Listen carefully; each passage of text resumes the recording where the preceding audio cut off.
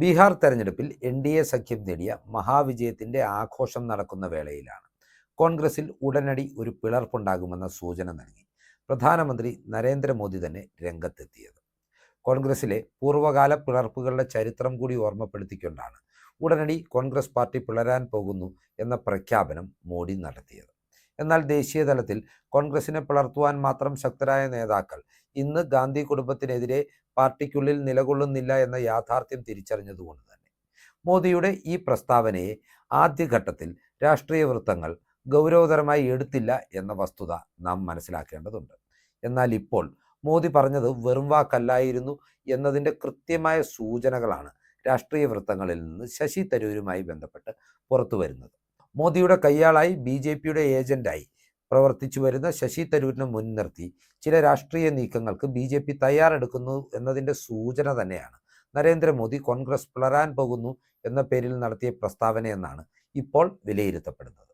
ശശി തരൂരിൻ്റെ ചരിത്രത്തെക്കുറിച്ച് ഈ ഘട്ടത്തിൽ നാം ഒന്ന് ഓർത്തിരിക്കേണ്ടത് അനിവാര്യമാണ്. യുണൈറ്റഡ് നേഷൻസ് സെക്രട്ടറി ജനറൽ പദവിയിലേക്ക് മത്സരിച്ച് പരാജയപ്പെട്ടതിന് ശേഷമാണ് അണ്ടർ സെക്രട്ടറിയായിരുന്ന അദ്ദേഹം പദവിയിൽ നിന്ന് സ്വയം വിരമിച്ച് സ്വദേശമായ ഇന്ത്യയിലേക്ക് മടങ്ങിയെത്തിയത്. ഇന്ത്യയിലേക്ക് മടങ്ങിയ അദ്ദേഹം അന്ന് കേന്ദ്രത്തിൽ അധികാരത്തിലിരുന്ന കോൺഗ്രസ് നേതൃത്വവുമായി കൂടിക്കാഴ്ച നടത്തുകയും തരൂരിൻ്റെ കഴിവുകൾ തിരിച്ചറിഞ്ഞ രാഹുൽ ഗാന്ധി തന്നെ അദ്ദേഹത്തെ കോൺഗ്രസ് പാർട്ടിയിലേക്ക് ക്ഷണിക്കുകയും ചെയ്തു. രാഹുലിൻ്റെ ക്ഷണം സ്വീകരിച്ചാണ് ശശി തരൂർ ഇത്തരത്തിൽ കോൺഗ്രസ് പാർട്ടിയുടെ ഭാഗമായി മാറിയത്. പാർട്ടിയിലെത്തി മാസങ്ങൾക്കകം നടന്ന ലോക്സഭാ തെരഞ്ഞെടുപ്പിൽ 2009 ശശി തരൂരിന് അദ്ദേഹത്തിൻ്റെ സ്വന്തം സംസ്ഥാനമായ കേരളത്തിൻ്റെ തലസ്ഥാന നഗരി ഉൾപ്പെടുന്ന തിരുവനന്തപുരം സീറ്റിൽ നിന്ന് മത്സരിക്കുവാനും കോൺഗ്രസ് പാർട്ടി അവസരം നൽകി.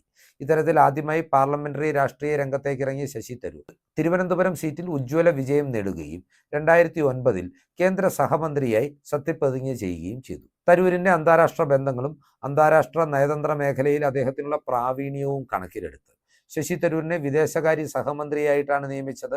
ഈ മന്ത്രി പദവിയിലിരിക്കെ അദ്ദേഹത്തിന് നിരവധി ചെറു രാജ്യങ്ങളുടെ സ്വതന്ത്ര ചുമതലയും രണ്ടാം UPA സർക്കാരിൽ നൽകുകയുണ്ടായി. എന്നാൽ 2010 IPLലെ കൊച്ചിൻ ടീമിൻ്റെ ഓഹരി വിനിമയവുമായി ബന്ധപ്പെട്ട ചില വിവാദങ്ങൾ ഉയർന്ന പശ്ചാത്തലത്തിൽ മന്ത്രി പദവിയിലെത്തി 11 മാസങ്ങൾക്ക് ശേഷം ശശി തരൂർ രാജിവെച്ച് ഒഴിയേണ്ട സാഹചര്യവും ഉണ്ടായി. പിന്നീട് 2012 കേന്ദ്രമന്ത്രി പദവിയിലേക്ക് ശശി തരൂർ തിരികെ എത്തുകയും 2014 UPA രണ്ടാം സർക്കാരിൻ്റെ കാലാവധി അവസാനിക്കുന്നതുവരെ കേന്ദ്രമന്ത്രിയായി തുടരുകയും ചെയ്തു. ഈ രാഷ്ട്രീയ ജീവിത കാലഘട്ടത്തിനിടയിൽ ശശി തരൂരിനെതിരെ നിരവധി വിവാദങ്ങളും ഉയർന്നു വന്നിട്ടുണ്ട്. അതിപ്പോൾ IPL ഓഹരി വിനിമയ ഇടപാടുമായി ബന്ധപ്പെട്ടിട്ടാണെങ്കിലും പാകിസ്ഥാനി മാധ്യമ പ്രവർത്തക മെഹർ തരാറുമായി അദ്ദേഹത്തിനുണ്ടെന്ന് ആരോപിക്കപ്പെടുന്ന ബന്ധങ്ങളുടെ പേരിലാണെങ്കിലും അദ്ദേഹത്തിൻ്റെ ഭാര്യയായിരുന്ന സുനന്ദ പുഷ്കറിൻ്റെ മരണത്തിൻ്റെ പേരിലായിട്ടാണെങ്കിലും രാഷ്ട്രീയ എതിരാളികൾ തരൂരിനെതിരെ നിരവധി ആരോപണങ്ങൾ ഉയർത്തിവിട്ടപ്പോഴും രൂക്ഷമായ രാഷ്ട്രീയ ആക്രമണത്തിന് അദ്ദേഹത്തെ വിധേയനാക്കിയപ്പോഴും ചേർത്ത് പിടിച്ച് സംരക്ഷിച്ചത് കോൺഗ്രസ് പാർട്ടിയും പാർട്ടിയുടെ പ്രവർത്തകരും തന്നെയാണ്. എന്നാൽ 2014 ശേഷം തുടർച്ചയായി കോൺഗ്രസ് കേന്ദ്ര സർക്കാരിൽ അധികാരത്തിൽ നിന്ന് പുറത്തു നിൽക്കുന്ന സാഹചര്യത്തിൽ മോദി ആരാധകനായി മാറുന്ന ശശി തരൂരിനെയാണ് ഇപ്പോൾ നമുക്ക് കാണാൻ കഴിയുന്നത്. കേന്ദ്രത്തിൽ ഭാവിയില്ല എന്ന് മനസ്സിലാക്കിയ ശശി തരൂർ ആദ്യഘട്ടത്തിൽ കേരളത്തിൽ മുഖ്യമന്ത്രിയാകുവാനും UDFൻ്റെ മുഖ്യമന്ത്രി സ്ഥാനാർത്ഥിയാകുവാനും ഉള്ള തൻ്റെ ആഗ്രഹങ്ങളും പ്രകടമാക്കിയിരുന്നു. എന്നാൽ പാർട്ടിയിൽ പ്രവർത്തന പരിചയമില്ലാത്ത, പ്രവർത്തകരുമായി അടുപ്പമില്ലാത്ത, രാഷ്ട്രീയ നിലപാടുകളിൽ സ്ഥിരതയില്ലാത്ത ശശി തരൂരിനെ അംഗീകരിക്കുവാൻ കേരളത്തിലെ നേതൃത്വമോ കേന്ദ്ര നേതൃത്വമോ തയ്യാറായില്ല എന്ന വസ്തുതയും നാം ഈ ഘട്ടത്തിൽ മനസ്സിലാക്കേണ്ടതുണ്ട്. ആ സമയത്താണ് NSSനെയും മുസ്ലിം ലീഗിനെയും പോലെ സമുദായ സംഘടനകളുടെയും UDF ഘടകകക്ഷികളുടെയും പിന്തുണ തേടി കേരളത്തിൽ UDFൻ്റെ മുഖ്യമന്ത്രി മുഖമാകുവാൻ അദ്ദേഹം ചില ശ്രമങ്ങൾ നടത്തിയത്. ആദ്യഘട്ടത്തിൽ കോൺഗ്രസ് പാർട്ടി അണികൾക്കിടയിൽ നിന്നും പൊതുജനങ്ങൾക്കിടയിൽ നിന്നും ആവേശകരമായ പ്രതികരണമാണ് ശശി തരൂരിൻ്റെ ഈ ആഗ്രഹത്തിന് ലഭിച്ചത് എന്നും നാം ഓർക്കേണ്ടിയിരിക്കുന്നു. തരൂർ കോൺഗ്രസിൻ്റെ നേതൃമുഖമായാൽ മുഖ്യമന്ത്രി സ്ഥാനാർത്ഥിയായ UDF അനായാസേന അധികാരത്തിലേക്ക് തിരികെ എത്തുമെന്ന് വിശ്വസിക്കുന്ന ഒരു പിടി ആളുകൾ ഇന്നും കേരളത്തിലുണ്ട് എന്നതും നാം മനസ്സിലാക്കിയിരിക്കേണ്ട വസ്തുതയാണ്. എന്നാൽ കോൺഗ്രസ് പാർട്ടിയെ സംബന്ധിച്ച് ശശി തരൂരിനെ ഒരു രീതിയിലും അംഗീകരിക്കുവാൻ കഴിയില്ല എന്നതാണ് യാഥാർത്ഥ്യം. കാരണം കോൺഗ്രസിൻ്റെ പരമോന്നത നേതാവായിരുന്ന ജവഹർലാൽ നെഹ്റു മുതൽ ഇപ്പോൾ കോൺഗ്രസിൻ്റെ ദേശീയ തലത്തിൽ നയിക്കുന്ന രാഹുൽ ഗാന്ധിയെയും കോൺഗ്രസ് പ്രവർത്തകർ ഏറെ ആരാധിക്കുന്ന ഇന്ദും ഹൃദയവികാരമായി കൊണ്ടു നടക്കുന്ന ഇന്ദിരാഗാന്ധിയെയും അടക്കം പ്രത്യക്ഷമായും പരോക്ഷമായും നിരവധി ഘട്ടങ്ങളിൽ ശശി തരൂർ വിമർശിച്ചിട്ടുള്ളത് BJPയെ പ്രീണിപ്പിക്കാനായിരുന്നുവെന്ന് ആദ്യഘട്ടത്തിൽ ആർക്കും മനസ്സിലായിരുന്നില്ല. നിഷ്പക്ഷതയുടെ മുഖംമൂടിക്ക് മറവിൽ നിന്നുകൊണ്ടുള്ള തരൂരിൻ്റെ ഈ നീക്കങ്ങൾ കേരളം അന്ന് തിരിച്ചറിഞ്ഞില്ല എങ്കിൽ കൂടിയും കൂടുതൽ ഡെസ്പറേറ്റ് ആയ ശശി തരൂർ ഇപ്പോൾ നരേന്ദ്രമോദിക്ക് വേണ്ടി സ്തുതി പാടുന്നതും കോൺഗ്രസ് പാർട്ടിയെ ഇകഴ്ത്തിക്കാട്ടുന്നതും കേരളത്തിലെ സാമാന്യ ജനങ്ങൾക്കോ പാർട്ടി പ്രവർത്തകർക്കോ ദഹിക്കുന്നതല്ല എന്ന യാഥാർത്ഥ്യവും നാം മനസ്സിലാക്കേണ്ടതുണ്ട്. അതിനാൽ തന്നെ ശശി തരൂരിനെ പോലൊരു നേതാവിന് ഇപ്പോൾ സ്വീകാര്യത വളരെയധികം കുറഞ്ഞിരിക്കുകയാണ്. തരൂരിൻ്റെ കഴിവുകളെയെല്ലാം അംഗീകരിക്കുമ്പോൾ തന്നെ അദ്ദേഹത്തിൻ്റെ BJP ചായ്വും അധികാരമോഹവും കേരളത്തിലെ ജനതയ്ക്കും വെളിപ്പെട്ടിരിക്കുകയാണ്. കോൺഗ്രസ് ഹൈക്കമാൻഡുമായി ഇടഞ്ഞ് ശശി തരൂർ ദേശീയ അധ്യക്ഷ പദവിയിലേക്ക് മത്സരത്തിനിറങ്ങിയപ്പോൾ പോലും അദ്ദേഹത്തെ ചേർത്ത് നിർത്തിയത് പാർട്ടി ഡെലിഗേറ്റുകളാണ്. ചരിത്രം സൃഷ്ടിച്ചുകൊണ്ടാണ് പരാജയപ്പെട്ടെങ്കിലും 1000-ലധികം ഡെലിഗേറ്റുകളുടെ വോട്ട് സമാഹരിക്കാൻ തരൂരിന് കഴിഞ്ഞത്. ഈ വോട്ടിൻ്റെ ആനുകൂല്യത്തിൽ അദ്ദേഹം കോൺഗ്രസ് വർക്കിംഗ് കമ്മിറ്റിയിൽ ഇടം നേടിയിട്ടുള്ളത്. പിന്നീട് കേരളത്തിലെ കോൺഗ്രസ് നേതൃത്വത്തിലും അദ്ദേഹത്തിന് വലിയ പരിഗണന നൽകുന്നുണ്ട് എന്ന യാഥാർത്ഥ്യവും നാം മറന്നുപോകരുത്. ഏറ്റവും ഒടുവിലായി കേരളത്തിലെ കോൺഗ്രസിൻ്റെ സുപ്രധാന സമിതിയായി കോർ കമ്മിറ്റിയെ രൂപീകരിച്ചപ്പോഴും ശശി തരൂരിന് ഈ കമ്മിറ്റിയിലും ഇടം നൽകിയിരുന്നു. എന്നാൽ ഇതെല്ലാം മറന്നുകൊണ്ടാണ് ശശി തരൂർ ഇപ്പോൾ BJPയുടെയും നരേന്ദ്രമോദിയുടെയും ഡബിൾ ഏജന്റായി കോൺഗ്രസ് പാർട്ടിയെ ഉള്ളിൽ നിന്ന് തകർക്കുവാൻ ശ്രമിക്കുന്നത് എന്ന വസ്തുതയാണ് ഇവിടെ നാം എടുത്തു പറയേണ്ടത്. ഏറ്റവും ഒടുവിലായി ഈ കഴിഞ്ഞ ദിവസം SIRമായി ബന്ധപ്പെട്ട് രാജ്യവ്യാപകമായി പ്രതിഷേധം സംഘടിപ്പിക്കുന്നതിനെക്കുറിച്ച് ആലോചിക്കുവാൻ കോൺഗ്രസ് ദേശീയ നേതൃത്വം വിളിച്ചു ചേർത്ത യോഗത്തിലേക്കും ശശി തരൂരിന് ക്ഷണമുണ്ടായിരുന്നു. എന്നാൽ ഇതിൽ പങ്കെടുക്കാതെ അദ്ദേഹം നരേന്ദ്രമോദിയുടെ പ്രസംഗം കേൾക്കാനാണ് പോയത്. പ്രസംഗവേദിയിലെത്തി മോദി പ്രസംഗം അവസാനിപ്പിച്ചതിന് തൊട്ടു പിന്നാലെ തന്നെ സുഖമില്ലാതിരുന്നിട്ടും താൻ മോദിയുടെ പ്രസംഗം കേൾക്കാൻ എത്തിയെന്നും ആവേശകരമായ പ്രഭാഷണമാണ് പ്രധാനമന്ത്രി നടത്തിയതെന്നും ശശി തരൂർ സമൂഹ മാധ്യമമായ ട്വിറ്ററിൽ ട്വീറ്റ് ചെയ്യുകയും ചെയ്തു. ഈ കഴിഞ്ഞ കാലങ്ങളിൽ തരൂർ നടത്തിയ നീക്കങ്ങൾ വളരെ വ്യക്തമാണ്. കോൺഗ്രസ് പാർട്ടിയെ ഉള്ളിൽ നിന്ന് കുറ്റം പറഞ്ഞുകൊണ്ട് ഒരു രക്തസാക്ഷിയുടെ പരിവേഷത്തോടുകൂടി പാർട്ടിക്കുള്ളിൽ നിന്ന് പുറത്തു പോകുവാനാണ് അദ്ദേഹം ആഗ്രഹിച്ചത്. തരൂരിൻ്റെ ഈ കാപഢ്യം തിരിച്ചറിഞ്ഞതിനാൽ തന്നെയാണ് അച്ചടക്ക നടപടിക്ക് മുതിരാതെ, തരം താഴ്ത്തുവാൻ പോലും മുതിരാതെ തരൂരിനെ ഗൗനിക്കേണ്ട എന്ന നിലപാടിൽ കോൺഗ്രസ് നേതൃത്വം മുന്നോട്ട് പോയിരുന്നത്. അതിനാൽ തന്നെ തരൂർ ഇപ്പോൾ കാര്യങ്ങൾ വ്യക്തമായി മനസ്സിലാക്കുന്നുണ്ട്. തന്നെ സംബന്ധിച്ചിടത്തോളം BJPക്ക് ഗുണമുള്ള ഒരു കാർഡായി താൻ മാറണമെങ്കിൽ, തനിക്ക് അതിൻ്റെ പേരിൽ രാഷ്ട്രീയ ആനുകൂല്യങ്ങൾ ലഭിക്കണമെങ്കിൽ 2026 നിയമസഭാ തെരഞ്ഞെടുപ്പിന് മുന്നോടിയായി എന്തെങ്കിലും ചെയ്തേ മതിയാവും. അതിനാൽ തന്നെയാണ് BJPയുമായി സഖ്യം ചേർന്നുകൊണ്ട് ശശി തരൂർ ഇപ്പോൾ കോൺഗ്രസ് പാർട്ടിയെ പിളർത്തുവാൻ ആഗ്രഹിക്കുന്നത്. BJPയുടെ അനുഗ്രഹ ആശിസ്സുകളോടെ 2026 ജനുവരിയിൽ തന്നെ ശശി തരൂർ ഒരു പുതിയ പാർട്ടി പ്രഖ്യാപിക്കുമെന്ന സൂചനകളാണ് ഇപ്പോൾ പുറത്തു വരുന്നത്.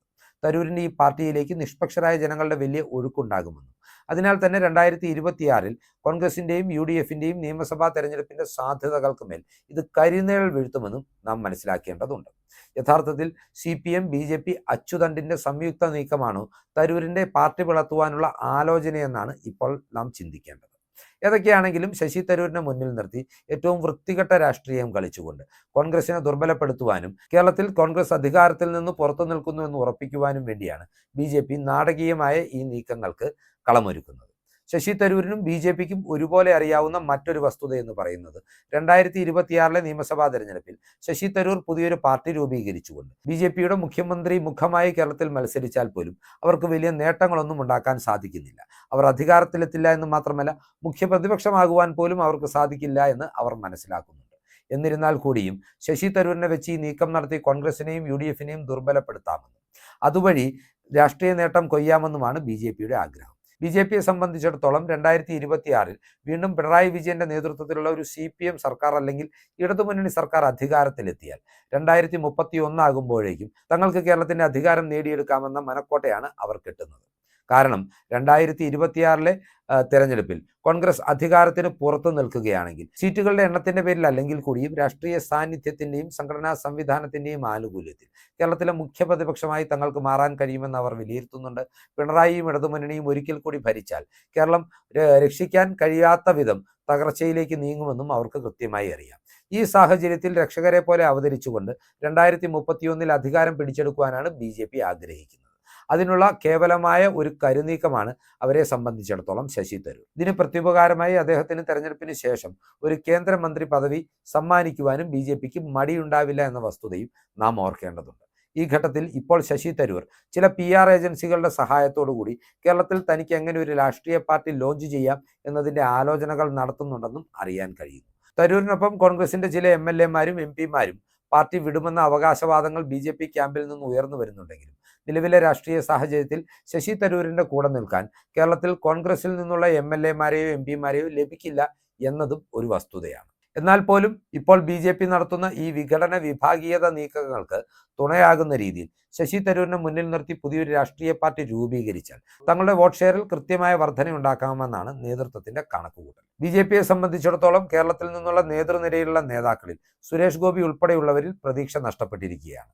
അതിനാൽ തന്നെയാണ് ശശി തരൂരിലൂടെ ഒരു പുതിയ പാർട്ടി രൂപീകരിച്ച് കേരളത്തിലെ NDA സഖ്യത്തിന് കൂടുതൽ സ്വീകാര്യമായ ഒരു മതേതര മുഖത്തെ അവതരിപ്പിക്കുവാനുള്ള ഈ ശ്രമങ്ങൾക്ക് അവർ മുതിരുന്നത്. ഏതൊക്കെയാണെങ്കിലും പ്രധാനമന്ത്രി നരേന്ദ്രമോദിയുടെ അറിവോടും സമ്മതത്തോടും കൂടി BJP നേതൃത്വത്തിന്റെ പൂർണ്ണ പിന്തുണയോടും അമിത്ഷായുടെ ആശീർവാദത്തോടും കൂടി കേരളത്തിൽ ജനുവരി മാസം തന്നെ 2020 ജനുവരി മാസം തെരഞ്ഞെടുപ്പിന് 3 മാസം മാത്രം ബാക്കിയിരിക്കെ ശശി തരൂർ പുതിയൊരു പാർട്ടി പ്രഖ്യാപിക്കുവാനുള്ള സാധ്യതകൾ ശക്തമാകുകയാണ്. തരൂരിന്റെ രാഷ്ട്രീയ നീക്കങ്ങൾ സാക്ഷര കേരളത്തിൽ വിജയമാകുമോ എന്നത് കണ്ടറിയേണ്ടുന്ന വിഷയമാണ്. എന്നിരുന്നാലും ഈ രാഷ്ട്രീയ ചിന്തകൾ പ്രേക്ഷകർക്കായി പങ്കുവച്ചുകൊണ്ട് ഈ വീഡിയോ ഇവിടെ അവസാനിപ്പിക്കുകയാണ്.